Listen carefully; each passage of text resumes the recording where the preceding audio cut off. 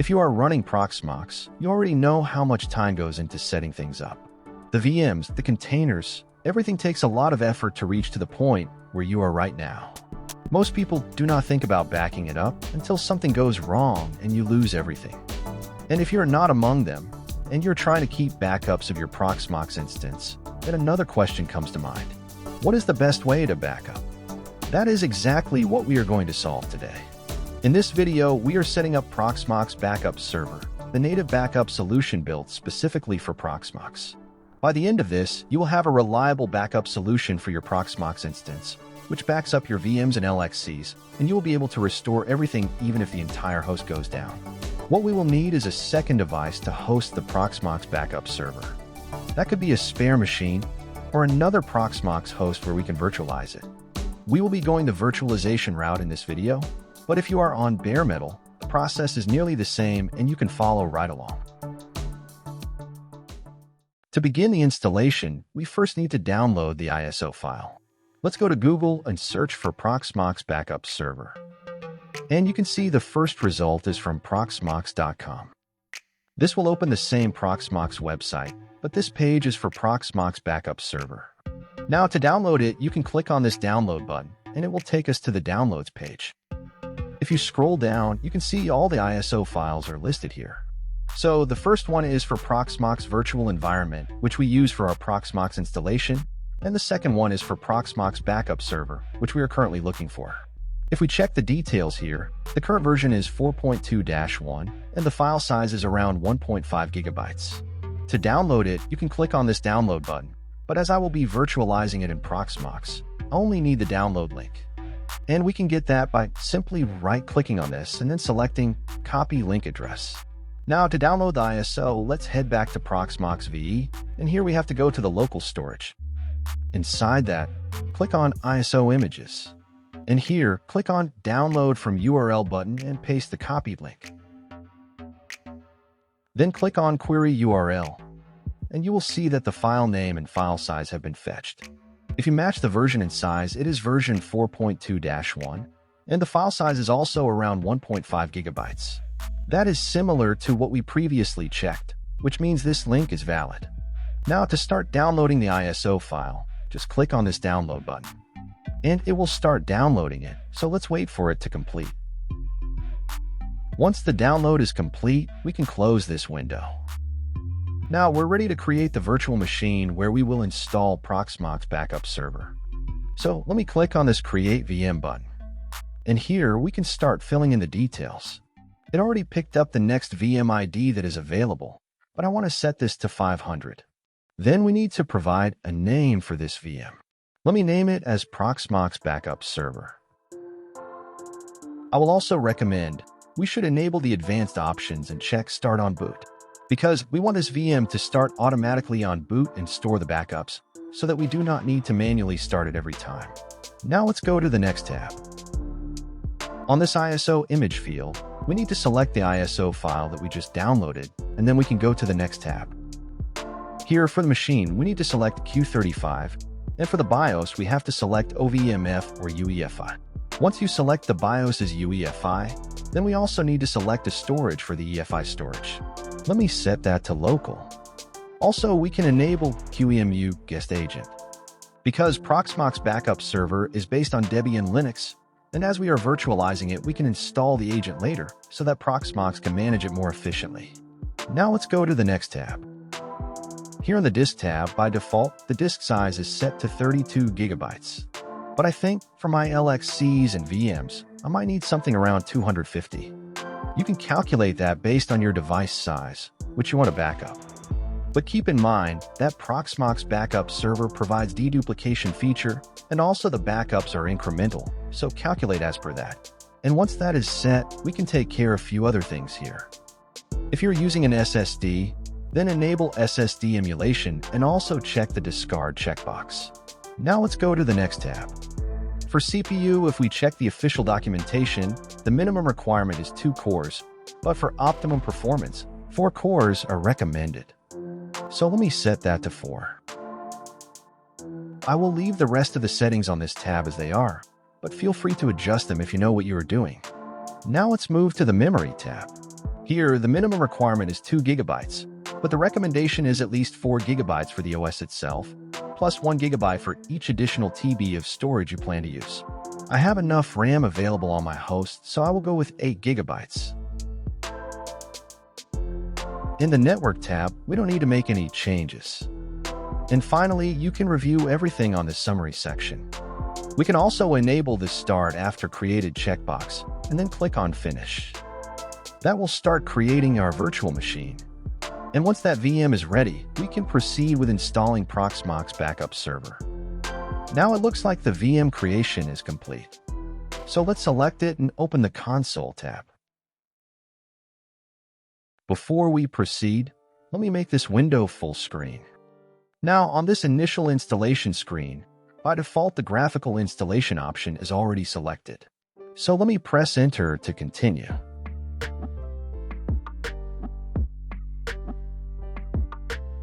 On the agreement page, just click on the I agree button. And on this page, we need to select the installation storage. We only have one disk attached to this virtual machine, our 32 gigabytes installation disk, and it is already selected for us. So let's click Next. It looks like Proxmox Backup Server was unable to detect my location, maybe because it is inside a virtual machine. Let's just select it manually, and then click Next. On this page, enter the password you want to use, then confirm it, and then provide an email address. Once that is done, we can proceed to the next page. Here, we need to set up a host name, and it should be in the format of a fully qualified domain name. So let me type PBS and add my domain name after it. Then you can set the IP address where you want your Proxmox Backup Server to be accessible. Once those are filled, click Next. And when you are at the summary screen, just take a moment to review what you have selected, and if everything looks alright, then go ahead and click Install. Now we just need to wait for the installation to complete. It is usually pretty fast, so this should not take much time. If the installation was successful, the system will be automatically rebooted into our Proxmox Backup Server terminal. And here you can see it is showing us the IP address and port where it is accessible. So let's come out of the full screen. Before we do anything else, let me head over to the Hardware tab, select the installation media, and remove it. This change will take effect the next time when the system reboots. With that done, now we are ready to access the web interface. Let me open a new browser tab. In the address bar, type https:// followed by the IP address you configured for your Proxmox Backup Server, then add :8007 at the end and press Enter. Just like Proxmox VE, you will be greeted with a self-signed certificate warning. Just click on Advanced and then proceed to the site. Now we should be able to access the login screen of our Proxmox Backup Server. The username should be root, which has already been auto-filled, so just enter the password. You can also enable the Save Username option if you want, then just click Login. You will get the familiar No Subscription warning pop-up, so just click on OK to proceed. And now we are on the dashboard of our Proxmox Backup Server. There are a few things which I like to configure before doing anything else. Let me walk you through those. The first thing we need to do is disable the Enterprise repository. For that, let's head over to the left panel and open the Administration section. Then in the top bar, click on the Repositories tab. And here you will see all the repositories listed. Among them, you will find the PBS Enterprise repository. Just select it and click the Disable button. Now let's add the No Subscription repository. For that, click on Add, then just click OK on this pop-up. In this window, select the No Subscription repository and click Add. And that will register the No Subscription repository so we can pull updates without an enterprise subscription. Now we are ready to update the system. From the top bar, head over to the Updates tab. Then click Refresh and just click OK on any pop-up that appears. Now let's wait for a moment while it checks for the available updates. Once that is complete, we can close this window. You will now see all the pending updates listed here. To apply them, click the Upgrade button, and a terminal window will pop up. Click anywhere inside that terminal window, and then press Enter to confirm. This may take a little while depending on how many packages need to be updated, so give it a moment and wait for it to finish. Once that is done, we can close this window. But still, just like Proxmox, the list of updates is visible. If we refresh it again, then we can see there are no updates available anymore. That covers the basic repository and update configuration. But since we are running this as a virtual machine, I also recommend installing the QEMU guest agent. And if you remember, we have enabled the QEMU guest agent option while creating the VM. However, if we go to Proxmox and check the Summary tab, you will see that the QEMU guest agent is not running. To install it, let's head back to our Proxmox Backup Server and open the Shell tab. That will open up the terminal window. We already have sudo privileges here, so we do not need to add sudo to any of our commands. To install the guest agent package, type apt install QEMU guest agent -y and press enter. Once that is installed, we need to start the service. To do that, type systemctl start followed by QEMU guest agent.service and then press enter. And to make sure it starts automatically after every reboot, I will use the same command again, but this time replace start with enable and press enter. Now let's head back to Proxmox VE and take a look at this VM summary page. And as you can see, the IP address is now showing up here, which confirms the QEMU guest agent is installed and working properly. Now let's head back to the Proxmox Backup Server and configure our Datastore, where we will be backing up our VMs and LXCs. We can do that from the Datastore tab. As of now, no Datastores are configured. So let's add a new one by clicking on the Add Datastore option. This will open up the Add Datastore pop-up, where we need to fill in these details. We can start by giving this Datastore a name. Since I will be storing devices for my second Proxmox instance, I will name it PVE2. Then in the next option, we need to select the Datastore type. It allows 3 types: local, removable, and also S3 storage. Let me set it to local. Then for the backing path, we can provide a path from our Proxmox Backup Server VM. I want to store the backups inside /backups, and since we can create multiple data stores, I want to store the PVE2 backups specifically inside a /PVE2 directory. Then the next 2 fields are for cleanup jobs. You can configure these to run at any schedule you want. I want to set mine to around 4 p.m. because my device is not running 24/7, but during that time it is usually up. And I will do the same for the other one as well. Then, if we go to the next tab, here we can set up exactly how many backups we want to store. Let's say you want to keep up to 3 daily backups, 1 weekly, or even set it to hourly depending on your needs. Or if you just want to retain a specific number of the most recent backups, you can do that too by setting the Keep Last field. For now, I will clear all of these and just set Keep Last to 5. You can adjust this to whatever works best for your setup. Once that is done, go ahead and click on Add, and that will add this directory as a data store in our Proxmox Backup Server. Now, if you need to store backups for multiple Proxmox VE instances, you have the option to create multiple data stores for that. But for this video, I will only be configuring PVE2, which is my second Proxmox instance, to store its backups inside this Proxmox Backup Server.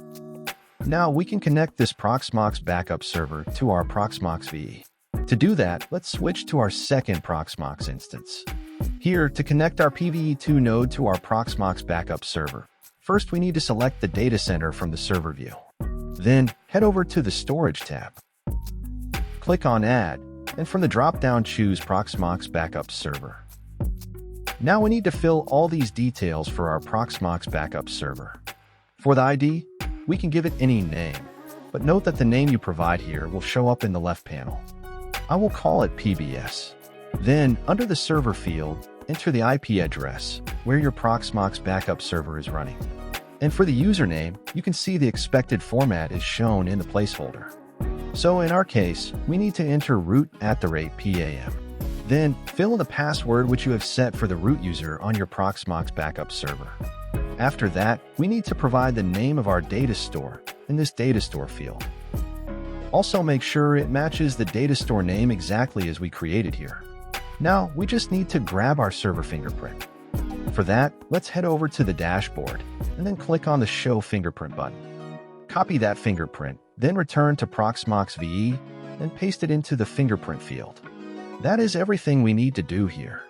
Now just click on Add, and that will register the Proxmox Backup Server as a storage location inside Proxmox VE. You will also see it appears on the left panel under the server view. Now with the storage connected, let's configure our backups.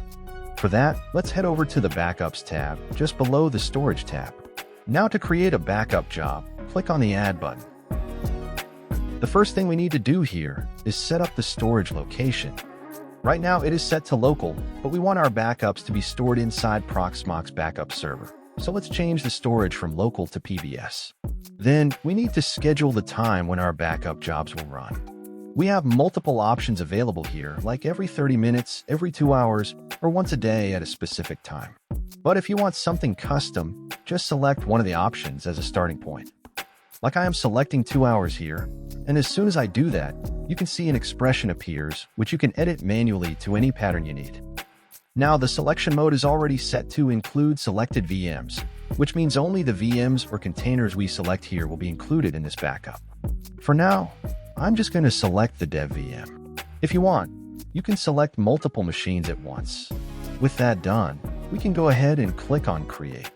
Now this backup job will run at the specific schedule we configured and store the backups in the Proxmox Backup Server. If you ever want to adjust it later, just select the job and click on Edit, and all the options will be available to change again. Now let me show you how the backup actually runs. Let me close this window first. If we wait for the job to run at the scheduled time, it could take a while. So for this video, I will just select the job and run it manually. As soon as we do that, we can see the icon update to show the job is in progress, and you can also check that from the Proxmox task log window at the bottom of the screen. For more details, just double-click on any task log entry, and you will be able to see the exact progress of the backup job. Now our backup job is complete. And it was quite fast compared to many other backup strategies. The first time takes a little longer, but from the next run onward, it will be much faster because Proxmox Backup Server only captures what has changed since the last run, because the backups are incremental. Now once the backup has been captured, you can view it under the Proxmox node, where the PBS storage is added. From there, you will see a Backups tab, and inside it, all the backups that have been captured will be displayed. Before we actually restore the VM, let's take a quick look at what is inside it, so we know exactly what to expect once the restore is complete. Let's select the VM and click on Start. Once it is up, you can see the IP address is already showing on the Summary tab, and that also confirms the QEMU guest agent is installed and running. Let me open a terminal and SSH into it. Now that I am inside this VM, let me show you that Docker is installed on this machine. But as of now, no containers are running. Now if I run ls, there is a shares directory here. Let me cd into it, and here we have a few directories with network shares mapped to them. So take a note of all of this, the Docker installation, the directories, and the shares, because this is what we will be verifying after the restore. Let me type exit to close the session, and then close the terminal. Now let's shut the VM down so there is no conflict during the restore. Now let's head over to the PBS storage and click on the Backups tab. The backup we captured previously is listed here. Before we do the full restore, let me show you a really useful feature first. Select the backup and click on File Restore. Here you can see the disk layout of the backed up machine, which has 2 drives, the EFI disk and the SCSI disk. The SCSI disk has the partition listed below. Let's expand the partition, then expand partition 1, and here the entire Linux file system is browsable right from this interface. If we expand home and then the user directory, all the files and directories are available here. Let's also expand the shares directory. The subdirectories are captured here as well. If you ever need to recover a specific file or directory, you can select it and click Download As, and it will be downloaded as a .zip or a .tar.zst archive. That is a really useful feature when you only need some files and not the entire machine. But that is not our focus here, so let's close this window and move on to the full restore. With the backup still selected, click on Restore, and the restore pop-up will appear. For storage, set it to local. The VM ID has already been detected and it has picked the next available one. I will go ahead with that. Under Override Settings, we need to change the name field. Because the original dev VM is still present, and using the same name can result in some conflict. So let me type dev2 here. You also have the option to override memory, cores, and sockets if needed, but I will leave those as they are. Now let me click on Restore. The restoration process starts immediately, and this process is much faster than any other backup strategy. You can close this pop-up if you want to do something else in the meantime. The restore continues running in the background. To track the progress, check the task log at the bottom of the screen. You will also see a lock symbol next to the VM icon while the restore is active. If you want to check the detailed progress, just click on the task in the task viewer and it will open the full log. Once the restore is complete, close the pop-up and select the restored VM. Now let's start the VM and verify everything came through correctly. And once the IP address appears, you can see it is the same IP as our original dev VM. Let me open a terminal and SSH into it. This is a new VM entry. So let me press enter and show you what happens. And there is there. The reason is that our SSH client still has the old fingerprint, saved from the original machine, and this restored VM has a different one. To clear that, I need to run SSH keygen-r, followed by the IP address, and press enter. Now let me try SSH again, accept the new fingerprint, and we are in. Let me just verify a few things here. Docker is installed, and the shares directory is here as well with all the subdirectories intact. Everything matches exactly what we had in the original VM. So that confirms the restore worked perfectly at the VM level. But here is a question worth thinking about. What happens if it is not just the VM that fails? What if the entire Proxmox host goes down? Let's simulate that scenario. But first, let me shut this VM down, close the terminal, and remove it from the list.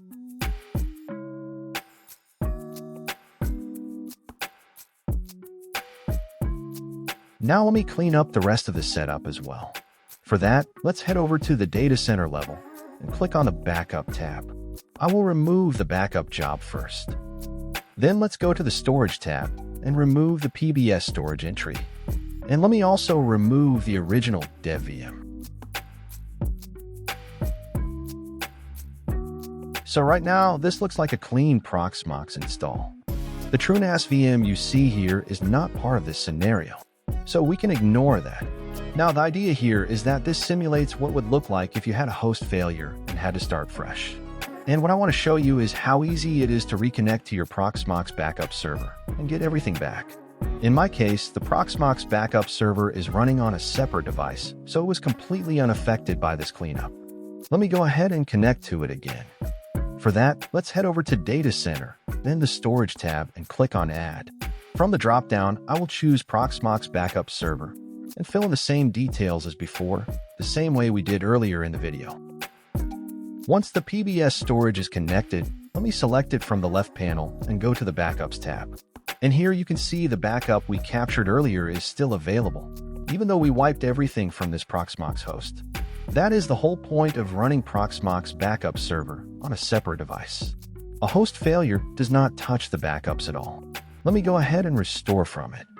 I will select the backup, click Restore, and go with the default options.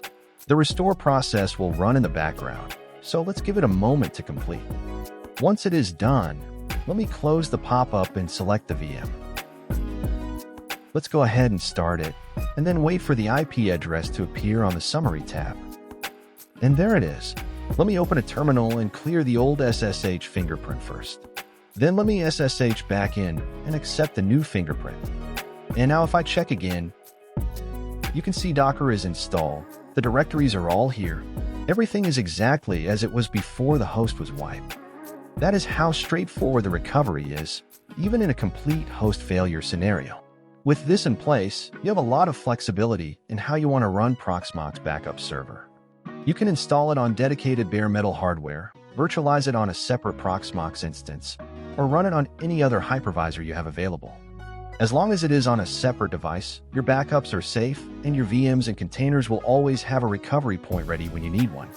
If you run into any issues along the way, drop a comment below. I'll reply to all of them. You can also join our Discord server and bring your question to the community.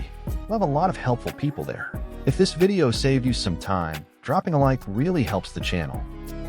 And if you know someone who is trying to get proper VM backups running on Proxmox, go ahead and share this with them. Now, what if you only have a single Proxmox host in your home lab?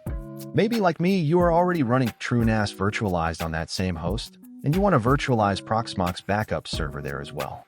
It sounds impractical at first. If the host goes down, the backups go down with it.